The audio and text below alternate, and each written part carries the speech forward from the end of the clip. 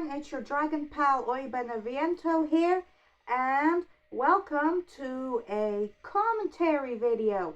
Now, I apologize if you guys hear any background noise. There are people working outside.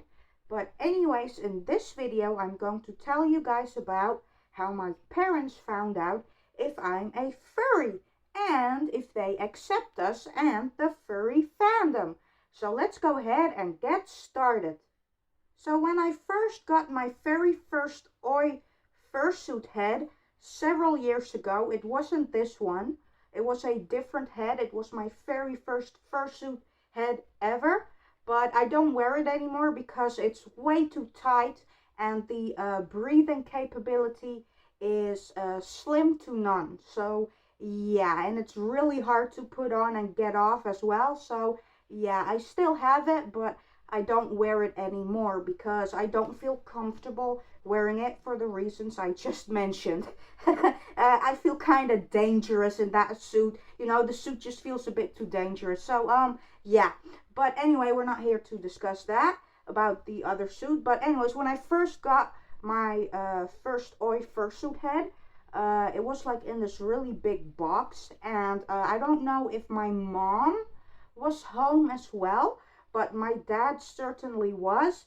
So when I got the box, I was like, you know what, I'm just gonna open it right here because my parents are gonna find out eventually anyway, so might as well just open it right in front of my dad. And my parents already knew I had an interest in cosplaying in general, so yeah, that was an easier step for me to just, you know, open it up in front of my dad, because I knew they knew that I liked cosplay, so that fursuit head was just a cosplay thing, and they thought the same thing. So when I opened up the box, my dad was amazed, and he asked like what it was and if it was something I could wear, and I told him about it, that it's for cosplay. I didn't mention any furry or anything like that.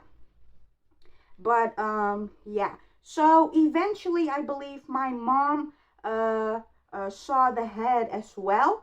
I can't quite remember exactly when or how she discovered it, but she had a really positive reaction to it as well. She really liked it. So yeah, that was that. But eventually I looked up some colors. I had no idea that there were fursuit specific colors at that time.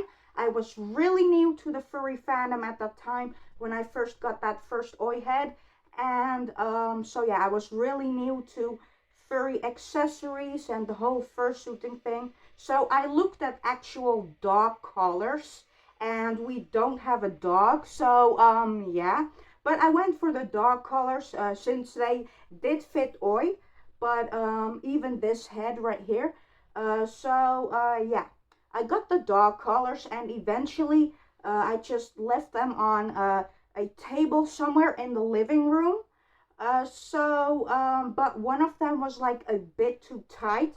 It did fit, but was a little bit tight. So I left them on a table somewhere in the living room, and apparently my dad found out about the collars as well. So I was like, one day I was at my computer, and he asked about the collars, and I was like, oh boy, what am I gonna say now? So I explained to him very simply that it was a collar to go along with the fluffy heads that I had. This one, the other one, you know. And he was like, okay, sure, cool. And he suggested that if they were like too tight or anything, that he would take it to like this specialist to make it a little wider and bigger. I don't know the name exactly, but yeah. And I was like amazed that he suggested that, and I was like, wow, okay then. That was a completely unexpected reaction. I was like, I kind of expected my dad to say like stuff like, wearing dog collars? Are you crazy? Like, what? Even as an cosplay accessory, but he didn't, and it was really kind and cool and chill about it. So that was pretty awesome. And then eventually, I explained to them, to both my parents, the whole furry concept and about the fandom and about what these heads actually are, about fursuiters, fursuits, etc. And now we get into the part if they accept furries and the furry fandom. What do you guys think? The answer is a big time yes. You bet they support furries and the furry fandom. In fact, my parents adore furries and the fandom. They go with me to conventions, to fur meets, fur walks, etc. My mom even wore some of my suits. Well, actually, she only wore mine. But yeah, she adores my fursuits. She adores everyone else's fursuits. And yeah, she adores my especially, the white cat. She's worn her several times. And yeah, she absolutely adores Amai. So, and yeah, my dad loves my fursuits as well. He loves the fandom as well. He accepts everyone for who they are. My mom does as well, and I do as well, of course. So yeah, my parents are very, very positive about furries and the furry fandom. And I'm very thankful because I know that not all parents tolerate furries, whether it's bad first impressions or stuff they heard in the news or whatever. So yeah, I'm really thankful that my parents are not the stereotypical parents, and that they are very accepting and kind towards the fandom and furries. They just see furries as people, because in the end that's what we are.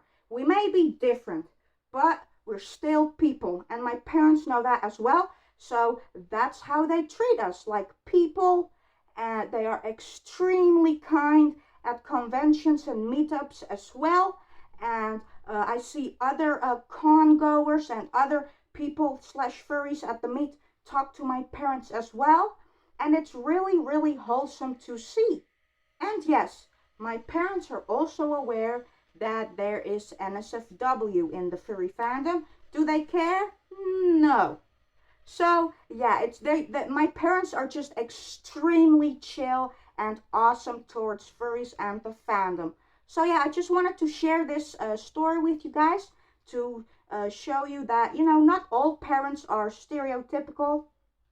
And yeah, I'm just really thankful. So I wanted to share this wholesome story with you guys, and I hope you enjoyed it.